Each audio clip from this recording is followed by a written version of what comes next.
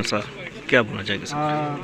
मैं अश्विनी कौशल हूँ और ये मेरा पहला दिन है जब मुझे ये इनवाइट मिला और सौभाग्यशाली समझता हूँ मैं अपने आप को कि मुझे ऐसे संस्था के साथ में जुड़ने का और संस्था के साथ में मिल कर के ये देखने का मुझे अवसर मिला है कि मैंने जो देश की सेवा की है उसके साथ ही साथ ये बहुत ही नेक संस्था है जो पूरे समाज को जागृत कर रही है। और जब तक पूरा समाज जागृत नहीं होगा, हम अपने आप में कोई ऐसा चमत्कार नहीं होगा कि हम ऊपर आएंगे या विश्व गुरु बनेंगे, नहीं होगा कभी भी। और इसके लिए मेरे एक ही गुजारिश है कि अगर हम चाहते हैं कि भविष्य में एक उत्तम और सर्वोच्च राष्ट्र के नाम से जाने जाएं, तो उसके लिए हमें जगाना होगा हमारी आने वाली न्यू जनरेशन को, नई पीढ़ी को। नई पीढ़ी जब तक नहीं जागेगी, हम अपनी तरफ से पूरी कोशिश कर रहे हैं और करते रहेंगे आखिरी दम तक, लेकिन नई पीढ़ी अगर सही रास्ते पे चल पड़ी तो कोई भी शक्ति दुनिया में भारत को सर्वोपरि राष्ट्र बनने से नहीं रोक सकती। धन्यवाद। भाग्य का अवसर है,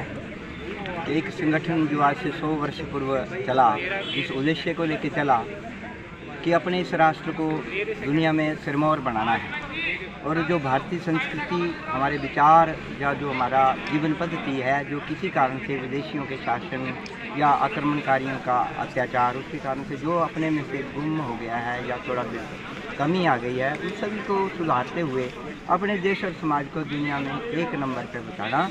इसमें कभी ये विश्व गुरु माना जाता था, वो स्थिति फिर आए, एक संपन्न और शक्तिशाली राष्ट्र के रूप में भारत गिना जाए।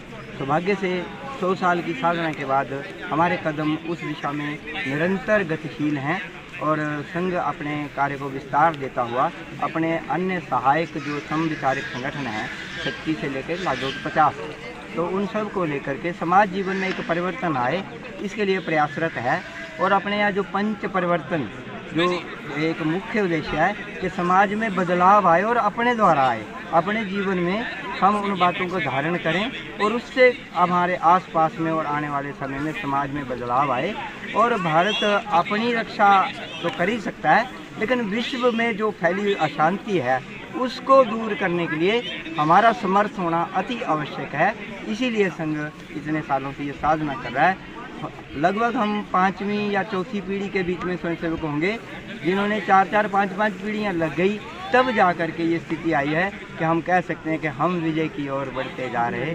तो हमारा जो भाव है वो यही है कि अपने देश और समाज को दुनिया में सिरमौर बनाना और हमारे द्वारा विश्व शांति आए। ये जो बाकी मतांतर और अन्य जो गतिविधियां हैं, अन्य धर्म या उनकी जो चलाते हैं, वो दुनिया में अशांति फैलाना चाहती हैं, हथियार बेचना चाहती हैं, जंग और ये तबाही मचाना चाहती हैं। सिर्फ भारतीय जीवन पद्धति ही इन सब को एक ठीक दिशा में ले जा सकती है। उसके लिए संघ प्रयासरत है। सौभाग्य से अपनी गति तेज हो रही है और अपने साथ और भी बंधुओं को लेते हुए हम इसको अंजाम तक पहुँचाएंगे।